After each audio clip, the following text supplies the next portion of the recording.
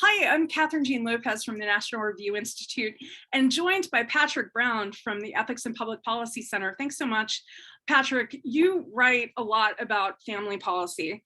And I think where you are, the lane you're in right now, is where conservatives, Republicans need to be.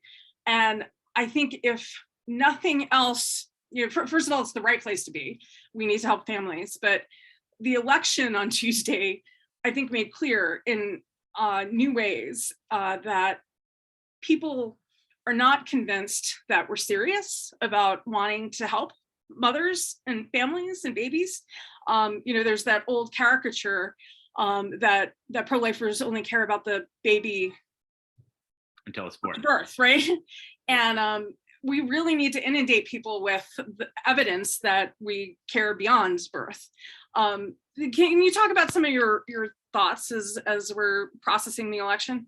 Yeah, I mean, Tuesday was a disappointing night on a number of levels, but I think the biggest, the hardest one that hit for me was the state of Kentucky. And we had a chance to secure in the state constitution a provision that there is no constitutional right to abortion. Just take that out of the legal process altogether. And now, because we couldn't get that passed, it's going to be in the hands of the judge, and who knows where that's going to go. And so, again, we saw this in Michigan. They passed a constitutional amendment securing a right to abortion much more aggressively than even the Roe standard was. Vermont and California kind of expected those to go that way, given their demographics, but still disappointing to see. And in Montana, we saw them vote down a bill that would have required doctors to provide care to infants born as a result of an abortion. And that failed as well. So clearly something's not working with the messaging. And I think I would argue with the substance as well. And I think pro-lifers for so long fought this, almost like the battle against the Death Star, right? For 50 years, we were fighting against Roe versus Wade, and we won. And it's a huge victory. And full credit goes to everyone, not just the legal scholars and the politicians who work to get good judges confirmed and everything, but the pro-lifers who were praying in front of clinics and writing letters to the editor and providing support for women. That is all essential, and that's always going to be part. That's the heart of the pro-life movement right there. But in a world in which now we are playing with live ammo, so to speak, right? Before there was this artificial cap on what we could do at the state level, which was Roe. And now that's gone. And we actually have to figure out what the post-Roe landscape looks like. And if we're not on the ball, it's going to be decided by the other side. And they're taking the initiative with these ballot measures. And so, yeah, I do believe that part of the answer has to be coupling restrictions on abortion and finding a prudential balance of where that's going to be for each state with greater social support for pregnant moms and their kids. I think Texas and Indiana have done this very well. When they passed their abortion restrictions, they've coupled that with funding for crisis pregnancy centers and for some of their social service agencies and that sort of thing. Other states should be learning from that and really trumpeting that, because we all know the media is not going to give us any credit for that. So we need to be explicit about our commitment to not just making abortion illegal, but really walking with moms, both in the everyday work that we do in civil society and in church groups and all that stuff, but also through traditional safety net programs too. I think you do something really important, Patrick, when you acknowledge the work of the last half century, right? There was a piece in the New York Times by someone who's opposed to abortion, who kind of said, the pro-life movement, is kind of failed. Well, we're in a new moment, is what it is. And as you said, so many of our efforts were focused, especially politically, on ending Roe. And so now that that's happened, it's a new moment, and we have to have new approaches, and we need to the sense of urgency just needs to be different. We've read that maybe 10,000 abortions have been didn't happen because of the end of Roe. Well, thanks be to God for that. What are we doing to embrace those babies, those mothers, those families, hopefully, and getting to the root causes too, right? I think so much of the assumption that we need abortion is because the culture is just so immersed in a lack of a moral compass. But just practically, I look at these poor high school students today, even before COVID, they were living in this moral just so many poisons. What are we going to do across the board? It's not just funding for community health centers, which we need to do, but there's so much more, and much of it isn't. It doesn't necessarily involve an election, a midterm election. Right. I mean, ultimately, at the end of the day, changing the culture is something that happens in an interpersonal basis, and that's something that the policy has a very limited ability to do. And so, I don't want to oversell the stuff that I try to write on, because again, this is all stuff that's happening at the margins, and really people living out their pro-life commitments and being serious about it, and being witnesses is really the most important way we can be pro-life, and that's where I think we sometimes the marriage between the pro-life community and some of the folks on the political wheel that was available to us was working with the Republican Party, and that's been a tremendously beneficial relationship for both sides, and some of that is going to need to be thinking more broadly than maybe some of our limited government allies like to think about, just because recognizing that it's not enough to just say, oh, the best thing the state can do for a pregnant mom is to get out of the way and to drown government in a bathtub or something. That just rings so hollow to the sort of persuadable, mushy middle type person who says, well, I don't really like abortion, but think of that pregnant mom who already has 2 kids and now has to think about another one on the way. We know that the majority of abortions are undertaken for economic reasons.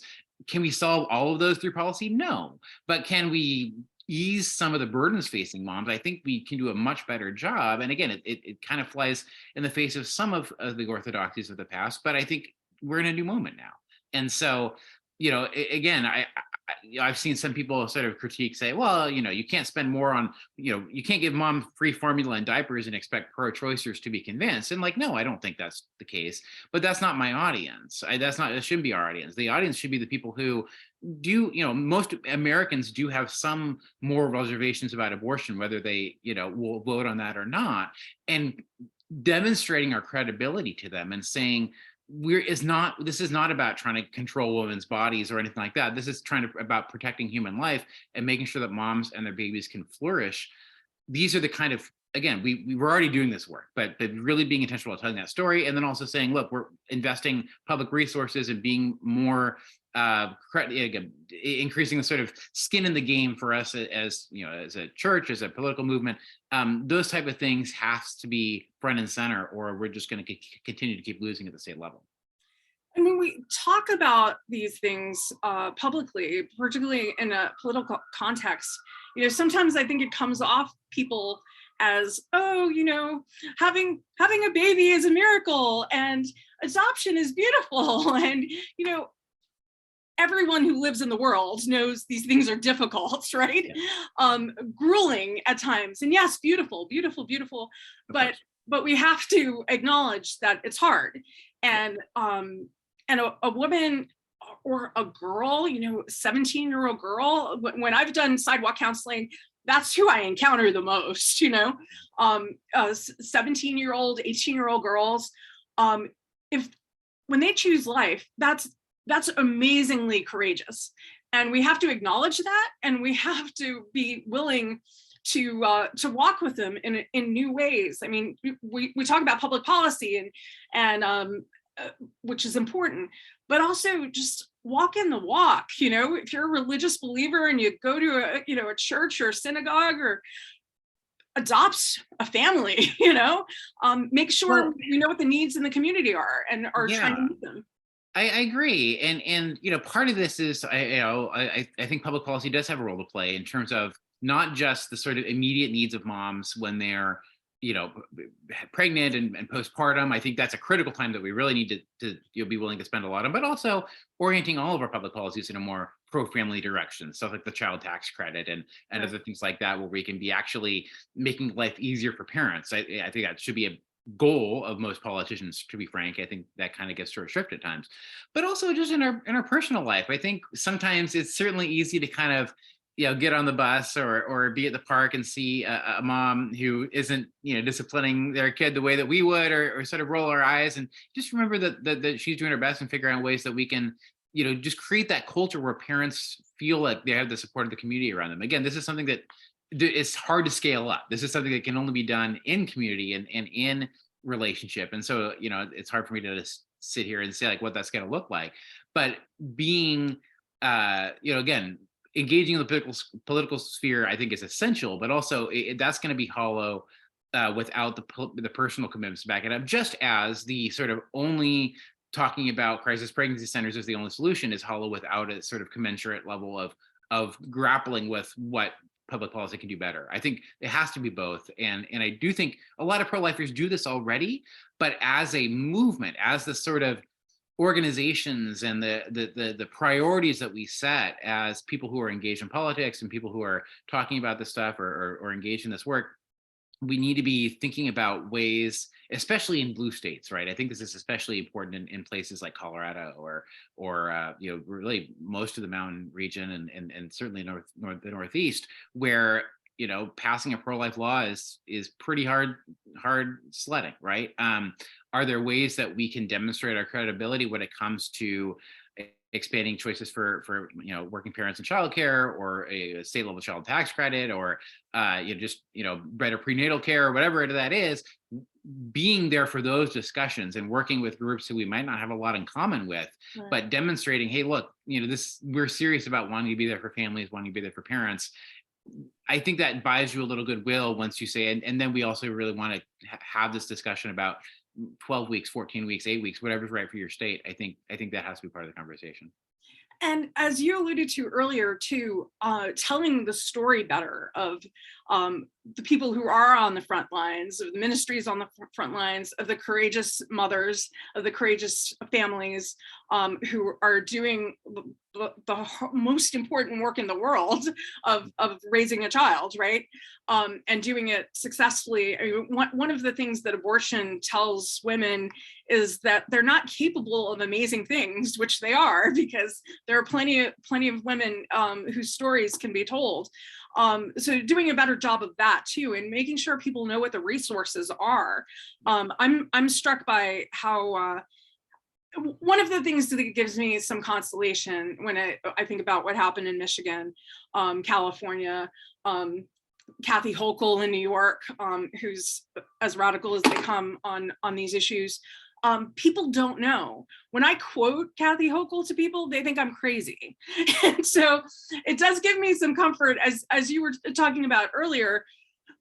Most people who say that they're pro-choice, and the polling has shown this for over a decade, it's not that they wake up in the morning wanting to expand abortion or Right. make sure that babies born alive don't get medical care. No, they just want to know that a woman in a tough case has options, Right. and they're not going to tell her what to do.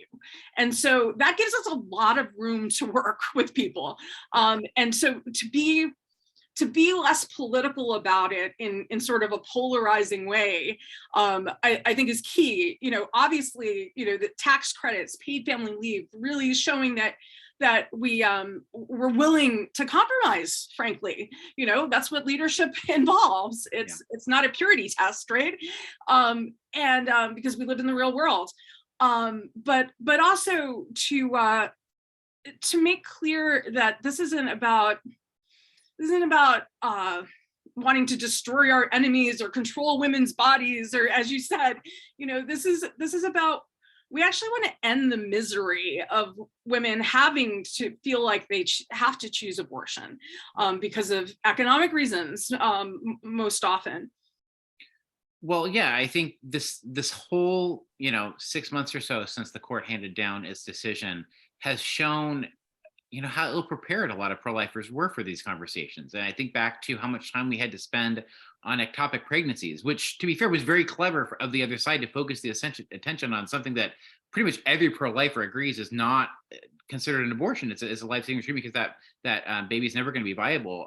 And so, like, those type of situations where we can just need to be crystal clear about saying, look, no state is passing laws that would ban abortion in the case of saving life of the mom. No state is going to ban ectopic pregnancy removal. Some of again, in some states, it's going to talk. We need to talk about, well, let's put rape and incest aside, just as a prudential matter, recognizing that, like, yeah, in an ideal world, if a woman is raped, we shouldn't be compounding that evil with another act of violence. But politically, if it's a question of passing a ban with a rape exemption in it, or not passing anything at all, let's be realistic here about what can be passed. Here in my home state of South Carolina, we currently have a squabble between a Senate version of an abortion ban that would include rape exemptions and the House bill that doesn't include any at all. And because they can't agree with it, we're not going to have anything get passed. And so that's an example of how sometimes we can get overly purist about how we talk about these things. And of course, every abortion is a tragedy, but and it should motivate us to work toward a world in which we can enact that moral principle. But in the meantime, politics is the art of the possible. And so recognizing that prudentially, sometimes we're going to have to work within the confines of where our populace is. But that's why it's so important to fight against the constitutional amendments and find ways of grappling with the arguments on the other side, because once it's in your state constitution, as it is now in Michigan and Vermont and California and other places, that's really hard to get back, and it constrains so much of what we can do. You can't even have parental notification laws now in some of these states, and so it really does worry me if we can't find, in the long term. Yes, we should of course be working on getting every state down to getting abortions out of the way 100%. But in the meantime, let's figure out incremental steps to get there, because if we make the perfect the enemy of the good, we're going to be ending up with a lot of heartbreak in a lot of cases. It really is amazing to think about the Michigan proposal, for instance, where there are some who argue that, like, puberty blockers fall under that. So no one, I shouldn't say no one, but very few people, I think, knew what they were getting into when they voted for that proposition. But hearts and minds. I hate to be simplistic. I think people want strategies, but as you said earlier, the conversations in the backyard are more important than we realize. The my way or the highway, my candidate, whatever his flaws, approach hurts. I know numbers are important in the Senate and all the rest, but when we give up on character and value, that loses us some credibility. Yeah, no, I mean, I think the long-term consequences of some of the choices that pro-lifers have made are still very much, to be seen what that's going to look like. And certainly some of the candidates who we could name who, participated in funding, abortions and that sort of thing, really weaken our credibility, because I think it ends up looking like, abortion is okay for me, but not for thee kind of thing. And so, I'm not a political pundit. I don't know how this is all going to shake out, but I do hope that recognizing the importance of, as you say, not just being the brashest voice in favor of, being 100% pro-life, but, actually, what does that actually mean? But really demonstrating credibility. And I'll call out one of the politicians who I think does this best in the Senate is Senator Rubio in Florida, who, he's uncompromisingly pro-life and is a leader on that issue. But also, as soon as the Dobbs decision came down, introduced a package of bills which talked about paid leave, talked about child tax relief, but also talked about federal funding for programs that provide mentors for moms to give them community support when they're going through the situation. Talked about developing a federal clearinghouse for all the resources that are available for moms that are out there, just so they can type in one website and have it all right there. That's the kind of stuff that not enough pro-lifers are talking about. And again, I think a lot of them would support it if addressed to it, but because it's not in our muscle memory, it's not something that it's just never been something is we haven't had to deal with it because we've had this artificial limit on what's in the realm of the possible due to Roe. And now that that's gone, we need to be talking in that register, and we need to be undergoing a metamorphosis of what the pro-life movement is doing. Otherwise, we're going to continue to lose. And I really hope that at the state level, especially because we're going to be outgunned. We know that. We know we don't have the deep pockets of a Planned Parenthood. We know the media is always going to be against us. We know that it's going to be really difficult to get the stories out there that you're talking about. Finding ways of witnessing and really being credible on this issue has become more important than ever. And so I do hope that as we're going forward as members of the conservative movement and the pro-life movement, that we really be thinking about how can we be demonstrating this, because crisis pregnancy centers are wonderful, Sisters of Life are wonderful, all those groups are wonderful, but they aren't enough. They can't provide everything that new moms and pregnant moms need. And so finding ways of addressing that and meeting moms where they are, that has to be a priority for where we are. Yeah, I listened to a webinar where the president of CareNet was very honest about the fact that the crisis pregnancy centers we have are not enough. They are not going to meet the need. The other thing that we need to do as pro-life people is to prioritize adoption and foster care reform, which is not something you can do top down. It's state by state, but it's a fact that there are so many couples who would step up to the plate and raise babies for women who feel like they're not ready. And they're open adoptions now. It's a whole different world. Yep. And when women are questioned about why they didn't choose adoption, it's often because they think adoption is the same as foster care, and they don't want their child to be in the foster care system, understandably. Yep. And so there's so much more education in addition to reform that needs to go. But it needs to be a priority, and it hasn't been a priority for the pro-life. Yeah, I think it should definitely be one of the things that we're talking about. It's also important to remember that like adoption was a much more culturally available thought back in the pre-Roe era, because that was the main way you would approach some of these questions. And now I think in we've had 50 years of legal abortion. Changing some of those mindsets around what adoption looks like is really hard work. And also, I think we've now seen that women who go through with pregnancy tend not to choose abortion because they've now had that 9 months of building that relationship with that baby. So sometimes, these things don't work out exactly the way they worked in the past, but it is important to say, look, this should be an option for those who want it as well. And again, making it as easy as possible, for moms who are going through that and couples who want to be part of it, because it can be a really beautiful thing. And forgetting about it or not including it as part of the options is doing a disservice to them. But at the end of the day, it's about making sure that moms don't feel pressured into, even in California, even in New York, you would hope that there would be ground for people to work across the aisle and say, even if you're pro-choice, why would you think it's okay for a low-income mom to feel economically pressured into abortion? Shouldn't that be something that we should do something about?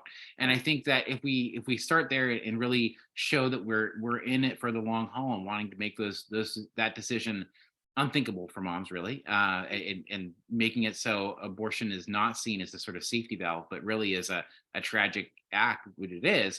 I think that can be a way of building momentum going forward. And I really hope that people are thinking about what that looks like. Well, and you said earlier too, the community aspect of it, when we're talking about adoption, not leaving people in their silos. I often think of adoption as like being in the military, so it's so few people know what the experience is, and we sort of don't pay attention if we're not in it. And it can't be like that.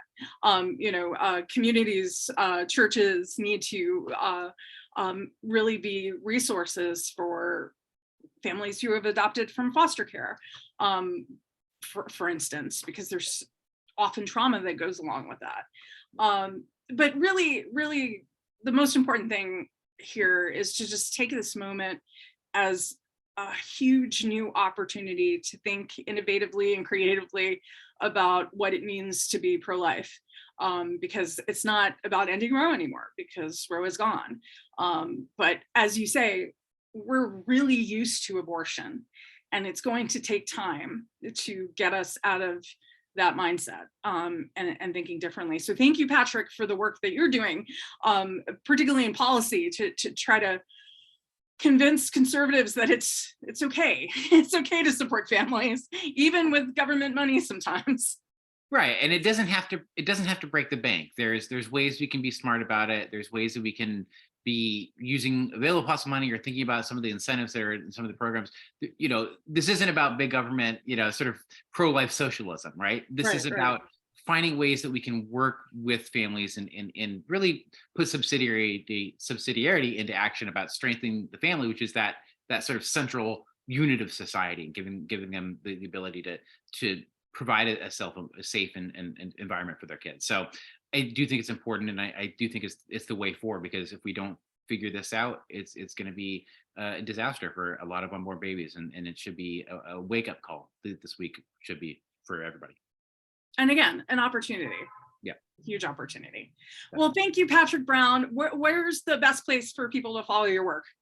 Oh, eppc.org. That has my stuff and everybody else's. As long as Twitter's still around, you can follow me at PTB Rights on Twitter. We also have a bi-weekly newsletter that comes out at EPPC that highlights some of the work that I've been working on and some of the other pro-life and pro-family initiatives that other scholars at the center are working on. Well, thank you, Patrick. And thank you to the National Review Institute for hosting this. Thanks, Kathryn.